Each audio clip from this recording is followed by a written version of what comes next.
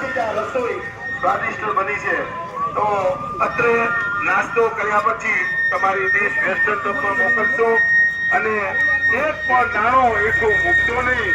કેમ કે આપણને ખબર છે કે અન્નનો બગાડ કરવાથી આજે અન્નનો બગાડ કરવાથી આપણને ખબર છે કે દેવતાઓ આપણા ઉપર કૃપાયમાન થાય અને એ માટે થઈને આપણે એવી રીતે લેજો નાસ્તો.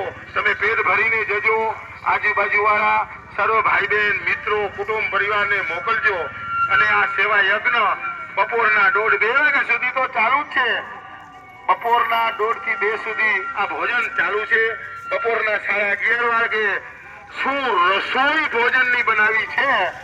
ઓહો સરસ મજાનો ડ્રાય ફ્રૂટ વાળો અરે મોગરદાનનો શીરો લા તો 5 વર્ષથી કરીને 100 વર્ષનો બુઢા માણસ પણ ખાઈ શકે. ગરમા ગરમ ભજીયા મેથીના ઓહો છોલે પૂરી ચણાનું શાક અને રાજસ્થાની ફૂલવડી